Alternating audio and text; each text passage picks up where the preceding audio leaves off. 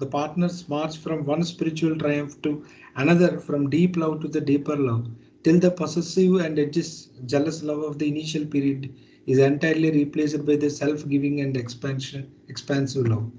అయితే వైవాహిక జీవితంలో మనకు కనిపించడం ప్రారంభంలో ఎలా కనిపిస్తుందంటే వీళ్ళిద్దరూ కోరికలు తీర్చుకున్నట్టు శారీరకంగా, లేదా వీళ్ళిద్దరు గురించి ఆలోచించుకున్నట్టు ప్రారంభంలో కనిపిస్తుంది. కానీ వైవాహిక జీవితం వెరీ సెల్ఫిష్గా అనిపించవచ్చు. కానీ అది రోజులు గడుస్తున్న కొద్దీ వాళ్ళ జీవితంలో సంతానం ప్రవేశించిన వెంటనే వాళ్ళ ఉమ్మడి ప్రేమ ఇంతవరకు వాళ్ళిద్దరి మధ్య ఉన్న ప్రేమ సంతానానికి ఇస్తారు. వాళ్ళ గురించి వీళ్ళు త్యాగాలు చేయడం మొదలు పెడతారు. ఇప్పుడు ఒకడికి త్యాగం అలవాటు అయిపోవాలంటే అవకాశం రావాలి కదా, అది సహజంగా కలుగుతుంది వైవాహిక జీవితంలో. ఎప్పుడైతే తన బిడ్డను చూసుకున్నారో రేపు వాడి ఫ్రెండ్ ఎవడో వస్తాడు, వాడికి ఒక ప్రాబ్లం ఉంటుంది, కూర్చోరన్నా అని చెప్పి తన కొడుకు పెట్టినట్టుగా ఆ బిడ్డకు కూడా ఒక టిఫిన్ పెట్టడం, ఇది ఇవ్వడమో చేస్తారు. లేకపోతే ఇంకేదో వాళ్ళ ఫీజు ప్రాబ్లం ఉంటే వాళ్ళకి ఫైనాన్షియల్గా హెల్ప్ చేస్తారు. అలాగే ఇటువంటి ఫ్యామిలీ ప్రక్కన ఉంటే ఆ ఫ్యామిలీకి కూడా హెల్ప్ చేయాలి. నిజమే, మనం ఈ సమస్యతో బాధపడడం, వాళ్ళు కూడా పాపం ఎంత బాధపడుతున్నారు, వాళ్ళకి హెల్ప్ చేస్తారు. సో లవ్ అనేది ఒక వ్యక్తి నుండి ఇద్దరు వ్యక్తులకు మారింది, ఇద్దరు వ్యక్తుల నుండి నలుగురికి మారింది, నలుగురు నుండి ఇప్పుడు సమాజం స్థాయికి ఎక్స్పాండ్ అవుతూ ఉంది. ఇది ఇనీషియల్గా వాళ్ళు వయసు వచ్చిన తర్వాత వాళ్ళు ఇన్ని లక్షణాలు కనిపించకపోవచ్చు, కానీ గ్రాడ్యువల్గా వైవాహిక జీవితంలో ప్రవేశించిన తర్వాత ఈ యొక్క లక్షణాలన్నీ కూడా, అంటే హయ్యర్ వాల్యూస్ అంటారు, ఈ ఉన్నత విలువలన్నీ కూడా సహజంగా వాళ్ళు మేనిఫెస్ట్ అవుతూ ప్రకటితం అవుతూ ఉంటాయి. ఎందుకంటే పరిస్థితులు అలా ఉంటాయి కాబట్టి.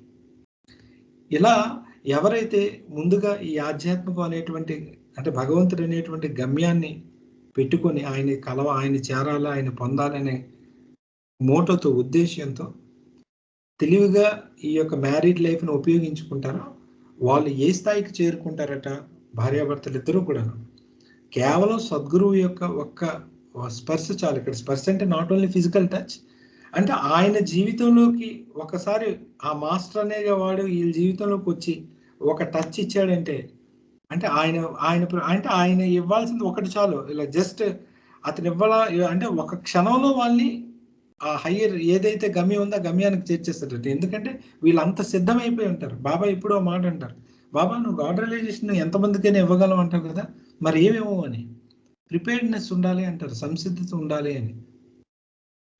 ఒక సంసిద్ధత లేకుండా మనం దేన్ని కూడా ఎవరికి ఇవ్వలేము. ఆ సంసిద్ధతని అతి సహజంగా కలిగించగలదు ఈ వైవాహిక వ్యవస్థ, ఈ గృహస్థాశ్రమం. కాబట్టి ఇది అంత గొప్పది. అంటే ఆయనకి శ్రమ తగ్గిపోతుంది, మనకు అన్ని పాఠాలు నేర్పించేస్తుంది ఇది. అందుకే అందరికీ తెలిసిన విషయం, మ్యారేజ్ అనగానే బాబా ఇంతకు ముందు కూడా చెప్పారు, సహజంగా జీవితం అంటే కష్టాలు ఉంటాయి, కానీ వైవాహిక జీవితం అంటే కష్టాలు మరింత స్థాయిలో ఉంటాయి. అంటే క్వాలిటీ పరంగా, క్వాంటిటీ పరంగా అది పెంచేస్తుంది వైవాహిక జీవితం. కానీ ఆ పెంచడంలోనే ఇది మనకి ఎంతో అవకాశాలు కల్పిస్తుంది, మన యానిమాసిటీ నుండి, అంటే పశుత్వం నుండి దైవత్వం వైపు వెళ్ళడానికి. అంత గొప్పదని చెప్పారు. సో ఇక్కడితో ఈ చాప్టర్ ముగిసిందంటే, ఇంకా దీని మీద ఏమైనా ప్రశ్నలు ఉంటే మనం డిస్కస్ చేద్దాం, లేదంటే ఇక్కడితో క్లోజ్ చేసి మనం నెక్స్ట్ చాప్టర్కి వెళ్దాం. అదే దాసు రికార్డింగ్ మిస్ అయినట్టున్నారు, ఎవరు స్టార్ట్ చేశారు, శ్రీలక్ష్మి గారు ఎవరు. నెక్స్ట్ టైం కొంచెం బ్రీఫ్ అప్ చేద్దరి, నేను రిమైండ్ చేస్తాను మీకు ఈ మిస్సింగ్ పారాగ్రాఫ్స్ ఏమన్నా ఉంటే ఒకసారి మళ్ళీ ఎలా చేస్తారు కనుక మీరు సమాప్తం చేద్దరి నెక్స్ట్.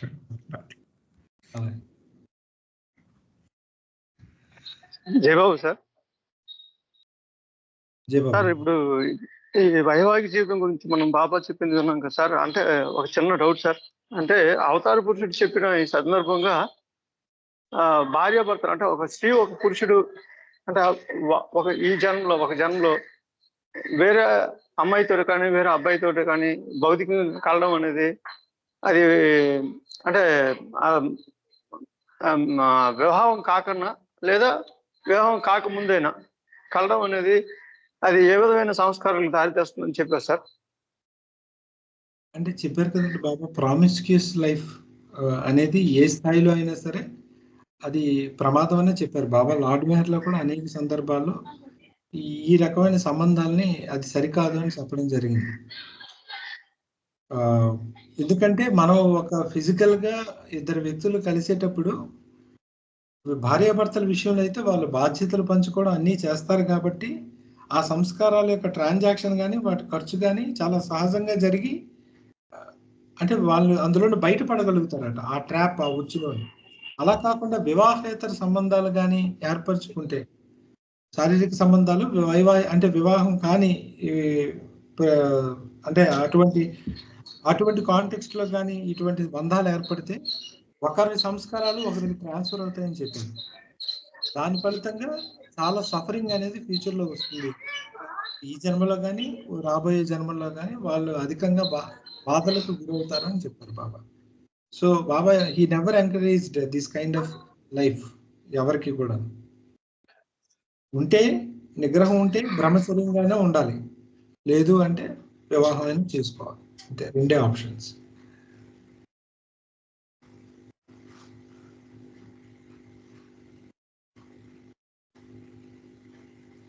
అంటే ఇప్పుడు భార్య భర్తలు ఉన్నప్పుడు కూడా ట్రాన్స్ఫర్ కావాలి సార్ ఇది సంస్కారాలు ఒకరికొకరు?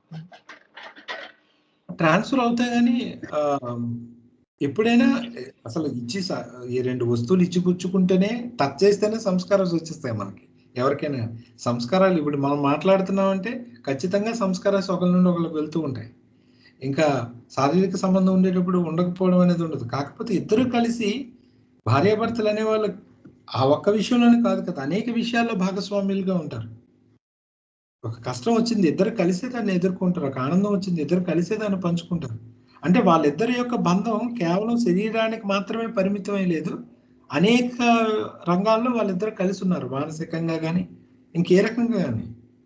అదే అందుకే కుటుంబ వ్యవస్థ యొక్క గొప్పతనం ఏంటంటే దానికి వేరే జీవితానికి తేడా ఏంటంటే అక్కడ అవసరం తీర్చుకొని వచ్చేస్తాడు, శారీరక అవసరం. ఇక్కడ అలా కాదు, ప్రతి దగ్గర ఇద్దరు కలిసి చేయడం వల్ల, ఆ కష్ట నష్టాలను ఎదుర్కోవడం వల్ల ఈ సంస్కారాలు రేపు ఎక్స్ప్రెస్ అయ్యి అవి ఖర్చు అవుతూ ఉంటాయి, వాటికి అవకాశం దొరుకుతుంది, వీళ్ళిద్దరూ డెవలప్ అవడానికి అవకాశం ఉంటుంది.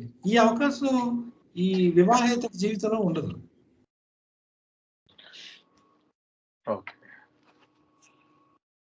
జయబాబా దాసు,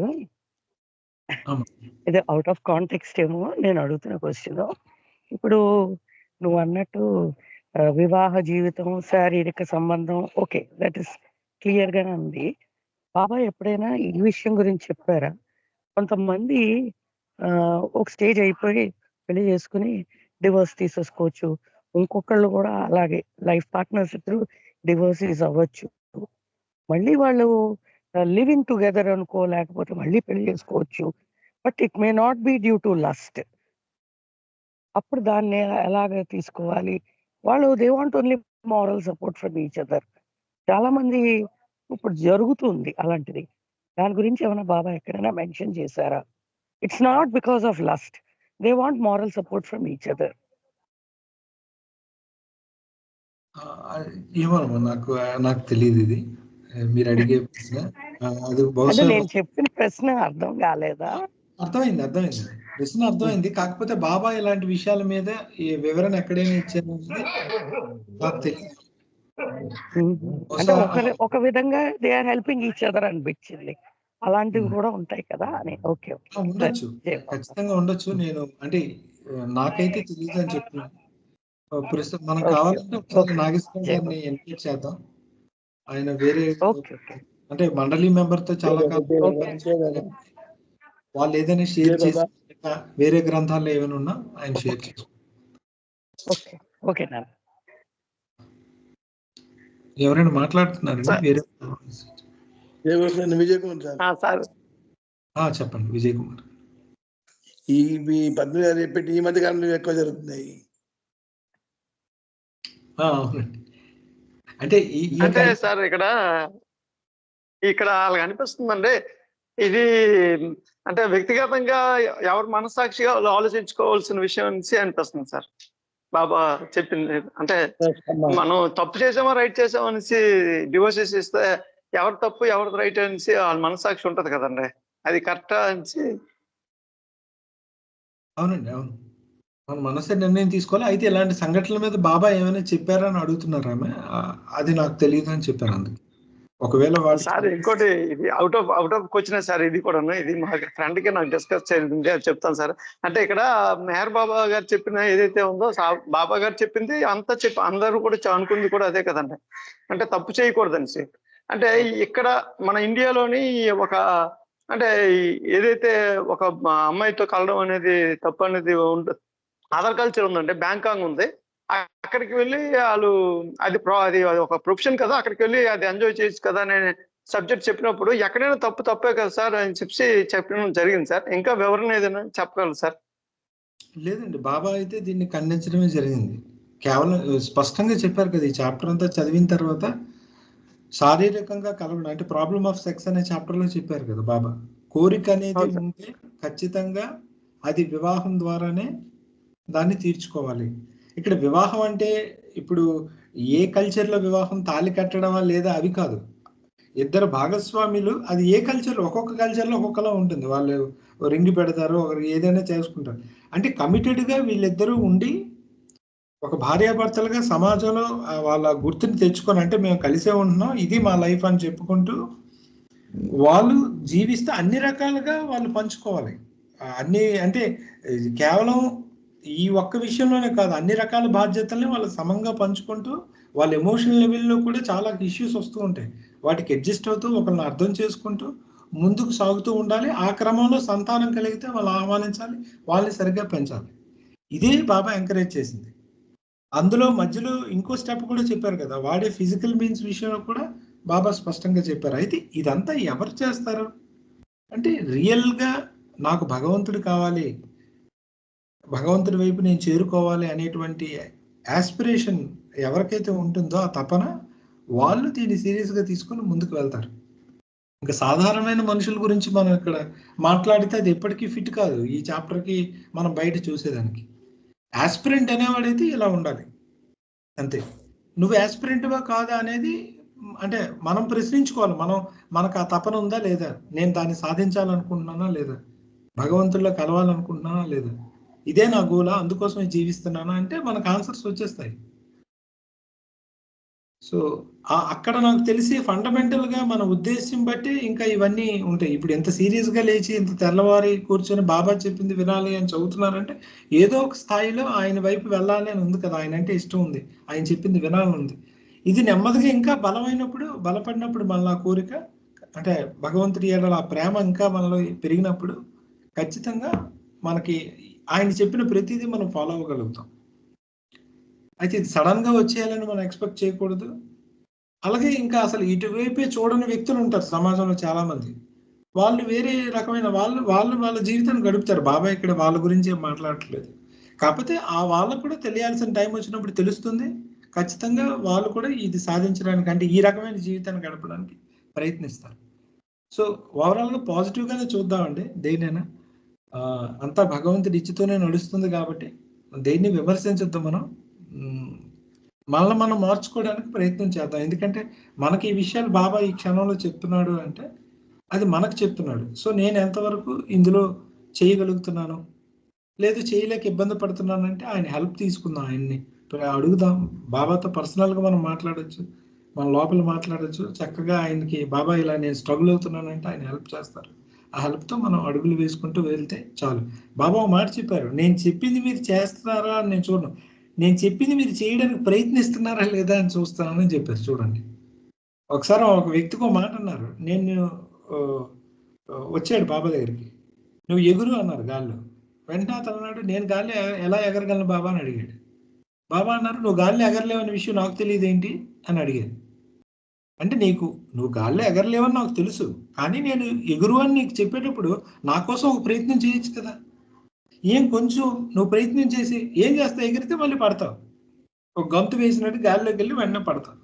కానీ నేను అడిగిన వెంటనే నువ్వు ఆ ప్రయత్నం చేసావనుకో, అది నాకు ఎంత ఆనందాన్ని ఇస్తుంది, దానివల్ల నేను ఇంకేదో చేయగలుగుతాను, నీకు ఇవ్వాలనుకుంది ఇవ్వగలుగుతాను అని చెప్పారు. అలా ఇక్కడ బాబా ఏం కోరుకుంటున్నారో మనకు తెలిసింది, మనం ఒక ప్రయత్నం చేద్దాం. సక్సెస్ అవుతామా ఫెయిల్ అవుతామని కాదు, ఖచ్చితంగా బాబాని అది ప్లీజ్ చేస్తుంది. నా వాడు ప్రయత్నం చేస్తున్నాడు నా కోసం, నా ప్రేమికుడని అతను ఖచ్చితంగా బెలవెడ్డి ప్లీజ్ అవుతాడు మన వల్ల.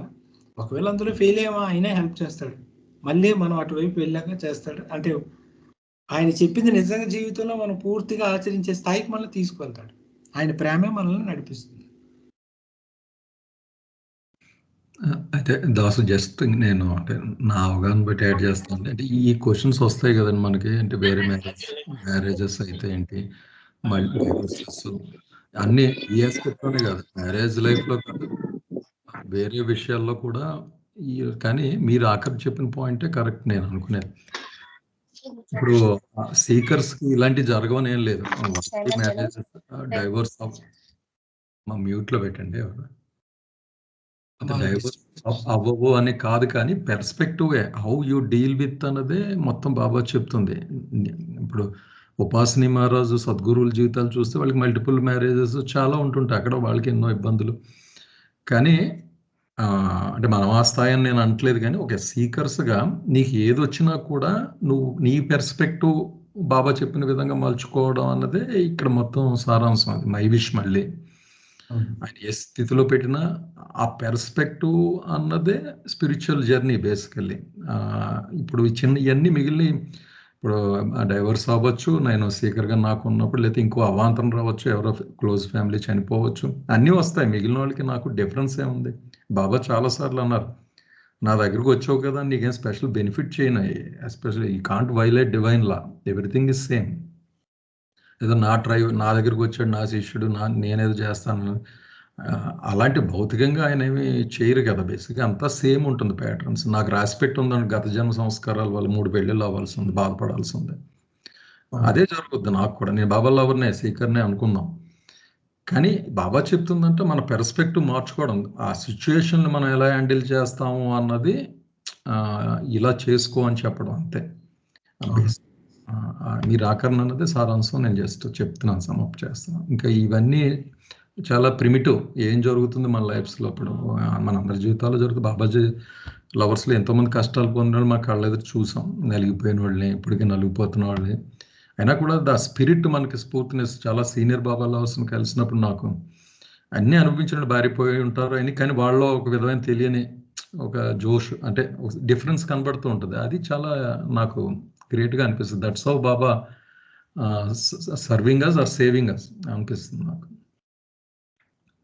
అవును సార్, అవును. అంటే ఎంటైర్ క్రియేషన్నే డిజైన్ చేసినటువంటి ఒక ఇంజనీర్తో మనం ఉన్నాం, మనందరం కూడా.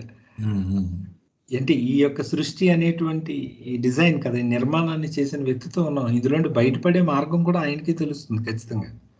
ఎలాగో ఈ హౌస్ని డిజైన్ చేసిన ఇంజనీర్కి అవుట్లెట్లు ఎక్కడున్నాయి, ఎక్కడ ఏమన్నా అన్ని పాయింట్స్ తెలుసు.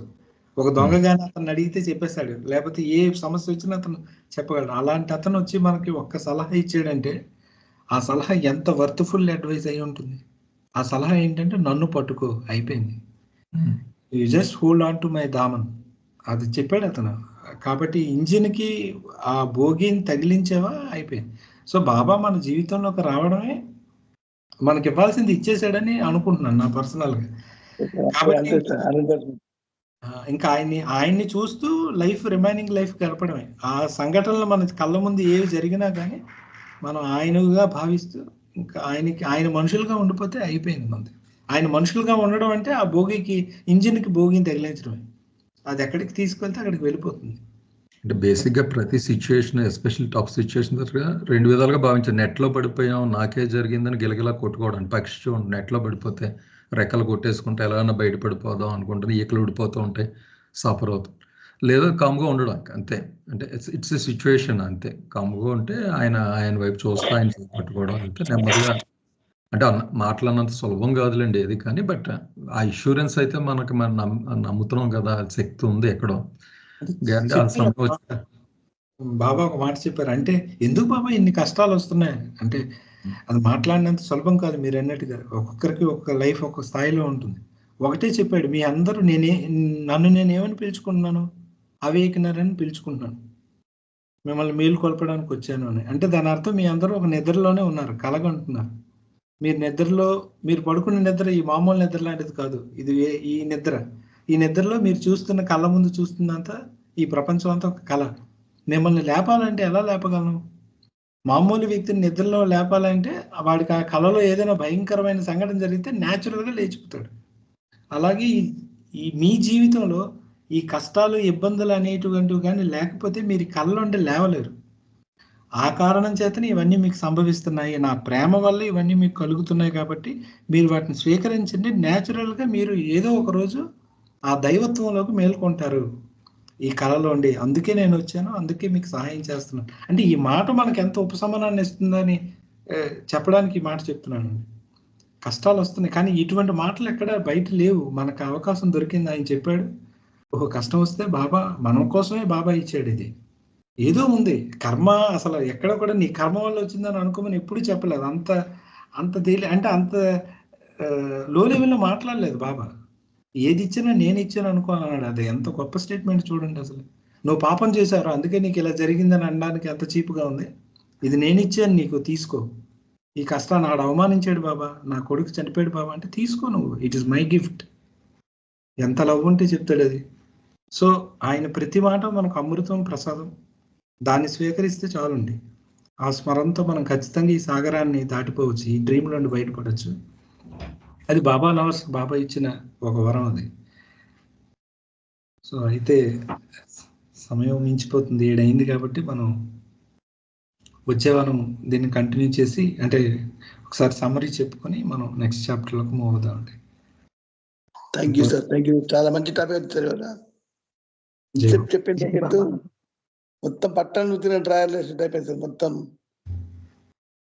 బట్టలు వాష్ చేసాక dryer. Jayababu sir Jayababa sir, recording అవ్వలేదు కదండి. లాస్ట్ వర్డ్ ఒకసారి మళ్ళీ ఒకసారి దయచేసి రిపీట్ చేయరా? చాలా బాగుంది సార్. రికార్డింగ్ అయినట్టు ఉందండి. ఇది ఈ పార్ట్ అయింది సార్, మధ్యలోంచి అయ్యిందంటే మొదటి పార్ట్ రికార్డింగ్ వినొచ్చండి. జై జై బాబు సార్.